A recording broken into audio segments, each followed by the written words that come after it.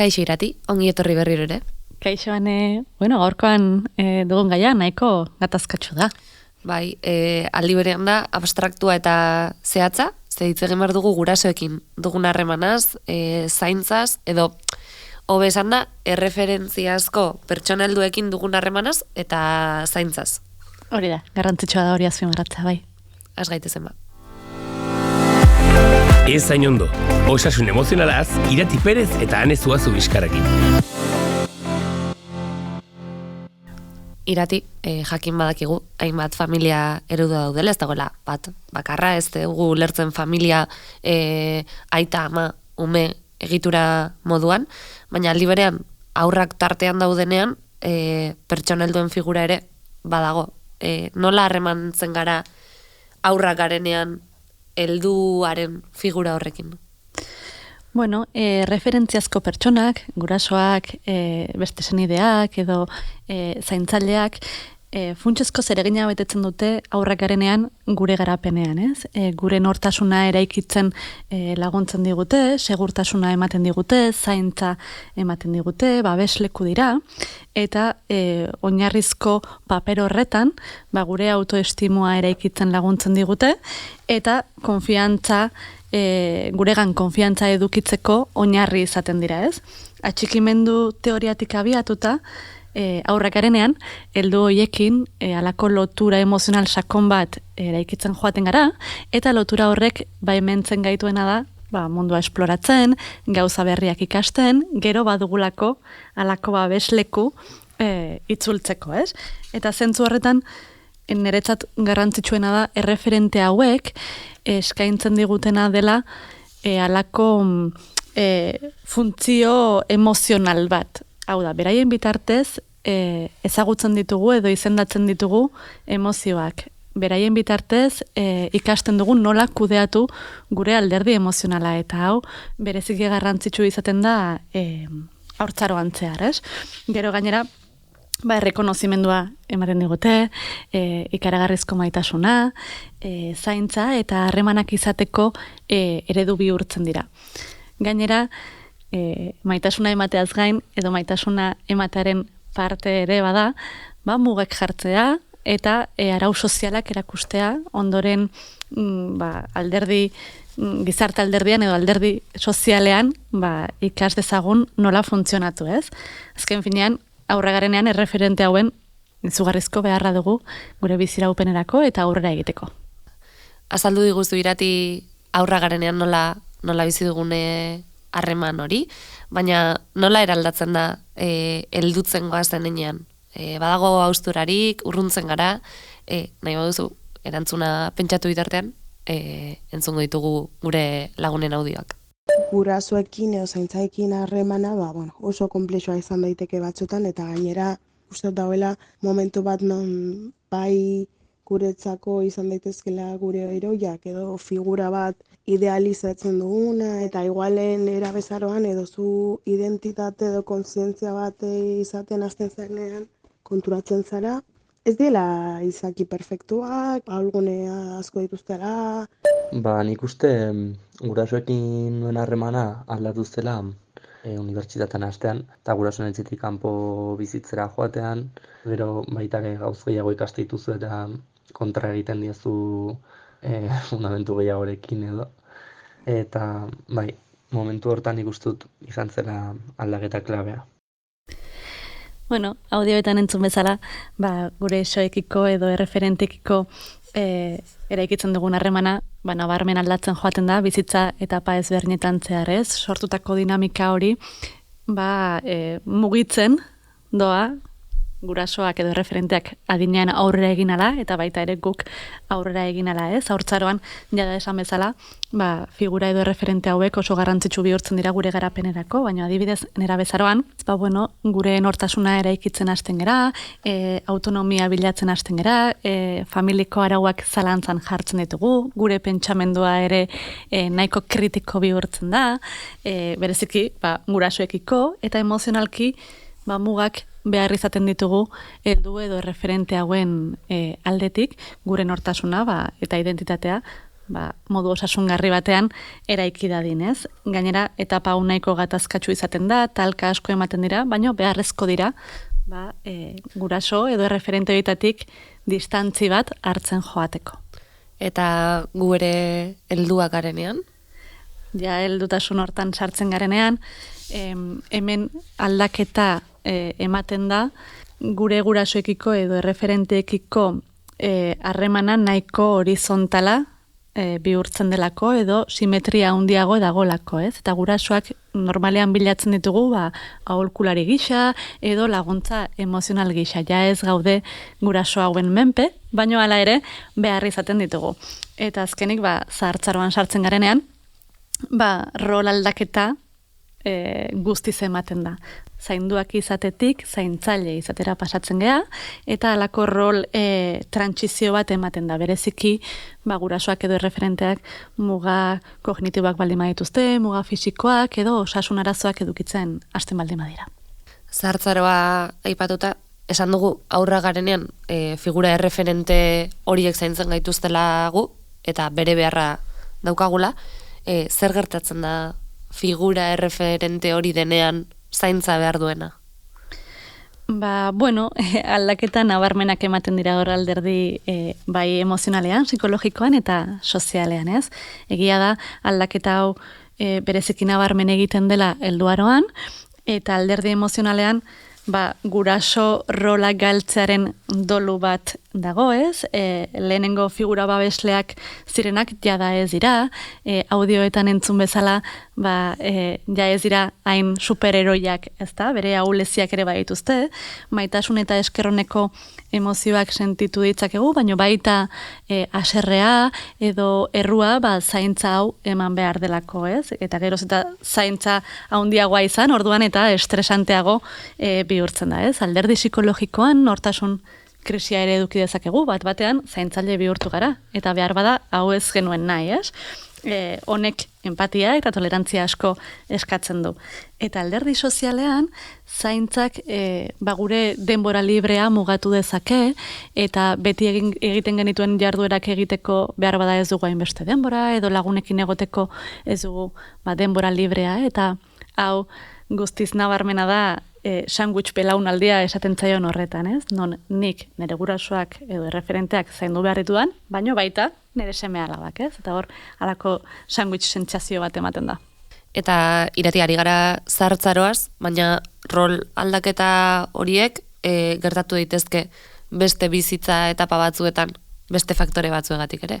Bai, ala da, bai, adibidez, gunerabe izan da guraso edo referente batek gaixotasun kronikoren bat baldin badu, zaintza rola hartu dezakegu, edo adikzio arazoak daudenean familia inguruan edo testu ingurutan, aurretan erabeek zaintza rola hau ere hartzeko ohitura eduki dezakete, familia gatazkak daudenean, separazioetan, dibortzioetan, hau zaintza rola hau hartzea nabarmen izaten da, bereziki adibidez gurasoetako bat edo helduetako bat ahulago dela identifikatzen baldin badugu, pobrezia egoeretan edo krisi ekonomikoetan nerabe asko lanean hasten dira familiaren sostengu izateko, hau da, rol aldaketa eman daiteke arazo edo egoera ezberdin askorengatik. Azken batean Irati, asumintuta daukagu gu helduak garenean figura erreferente horiekiko rolak aldatu egingo direla, baina rol aldaketa hauek gertatzen direnean gazteagoa garenean, ez dakit, haurtzaroan gaudenean, edo nerabezaroan harrapatzen baldin bagaitu aldaketa horrek, ze eragin daukaguan? Egia esan rol aldaketa horiek haurtzaroan edo nerabezaroan ematen baldin badira, ikaragarrizko karga emozional eta psikologikoa sortzen dute eta aurraren garapena guztiz edo nerabeen garapena guztiz baldintzatzen du rol aldaketa horrek, ez? Ohikona izaten da aurroien garapen emozionala oso goiztiarra izatea, ez? Batean aur txiki hoiek nahiko heldu bihurtzen dira, baina heldutasun hau ez da modu natural batean ematen, aldiz erreaktibotasun batetik dator, ez? Egoerari aurre egiteko mekanismo bezala, heldutu bezala egiten dira, baina honek antsietatea eta estres maila areagotu dezake haur hauengan, baita ere autoestimu txikia eduki dezakete, edo errusentsazioa garatu dezakete, izan ere, ez dira gai, beraien helduen beharrak asetzeko. Ez dituzte ez baliabideak, ez gaitasun emozional nahiko, beraien helduak sostengatzeko, ez? Eta gainera, etorkizunera begira, normalean aurretan erabe hauek, zailtasunak edukitzen dituzte beraien harremantzeko moduan. Normalean bestearen beharrak lehenesten dituztelako, eta beraien beharrak bigarren plano batean gelditzen direlako, eta alako salbatzaile rola hartzen dute. Zentzu hontan, aurretan erabeekin garrantzitsuak izaten dira beste senideak, behar bada eskolako irakasleak, edo laguntza sareak, beraiek ematen dietelako aukera aurra hauei, beraien adinari dagozkion jardueretan parte hartzeko, eta garrantzitsu izaten da gogoraraztea ez direla familia egoeraren erantzule. Hor, sekulako meloia ireki dugu, baina egia da, eta nahi bada bizipenetik, ni orain nagoen lekutik, kezkatzen nagona da gurasoen zaintza, ez? Askotan aipatzen dugu guk behintzat hau lagun artean, eta beti galdetzen dugu gauza bera, ez? Prestatuta gaude gurasoak zaintzeko, bueno, audioetan ere jaso dugu galdera horri erantzuna. Geroz eta gehiago pentsatzen dut gurasoak zaintza tokatuko zaida momentu hortan, oraindik urrun ikusten dut, baino egia da, pixkanaka hori hartzuzula kontzientzia, egun hori iritsiko dela. Eta ez naiz presentitzen momentu honetan, baina, tokatuko balitz ala izan beharko litzateke. Bai pentsatu dut, nire gurasoek zaintza lanak beharko dituzten momentuaren inguruan, haiek ni zaintzeko egon diren moduan, ni ere egongo naizela haiek zaintzeko ere.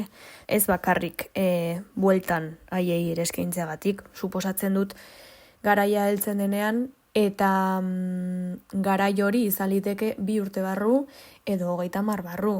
Egia da hausnarketa hori guztia dela begirada erromantizatu batetik, idiliko batetik, hori da niri gustatuko litzaidakena.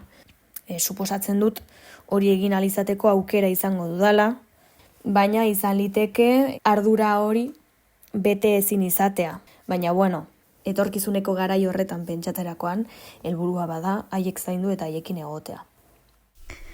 Entzun ditugu eta egia, gurasoak gure zaintza behar dutela onartzeak esan nahi duela, beraien ahultasuna aitortzea, ez? Noizbait figura indartsu izan direnak eta babesleak izan direnak, behar bada jada ez direla onartzea eta hau.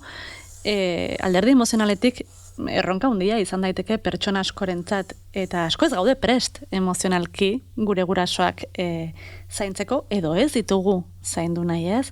Aitziberrek zioen bezala begira nahiko erromantizatuta dago honen inguruan, baina errealitatea iristen denean behar bada ez da hain erresa eta ez gaude prest alderdi emozionalak mugiarazten gaitun guztia sostengatzeko, ez? Niretzat garrantzitsua da azpimarratzea ez gaudela behartuta gure gurasoak zaintzera. Eta oso baliozko dela sentitzea ez ditugula zaindu nahi edo ez dugula momentu horietan presente egon nahi, ez? Gainera, belaunaldi honetan halako autonomia eta autorrealizazio pertsonala hain baloratua izan den honetan, behar bada beldurra eduki dezakegu independentzia galtzeko, edo beldurra gure bizi helburuak arriskuan egon daitezkela sentitzen dugulako, eta, adibidez, nuen psikoterapian pertsona batek galetu zidana izu irati, baina noraino sakrifikatu behar naiz ni gurasoak zaintzeko, ez? Eta ostras, ez da galdera erresa erantzuteko, eta argi eduki behar dugu norbere burua ere zaindu behar dugula besteak zaintzeko, eta gure alderdi emozionala edo gure ongizatea arriskuan baldima dago zaintza horretan, beste irtenbide batzuk ere bilatu behar ditugula. Hemen sartzen dira familiarekiko zaintza espektatibak, presio soziala, nola eragiten digu horre guztiak? Gizarte batean bizi garen enean, gizarteak, erlijioak eta kulturak transmititutako sinismenek eta balioek eragin handia izaten dute, ez?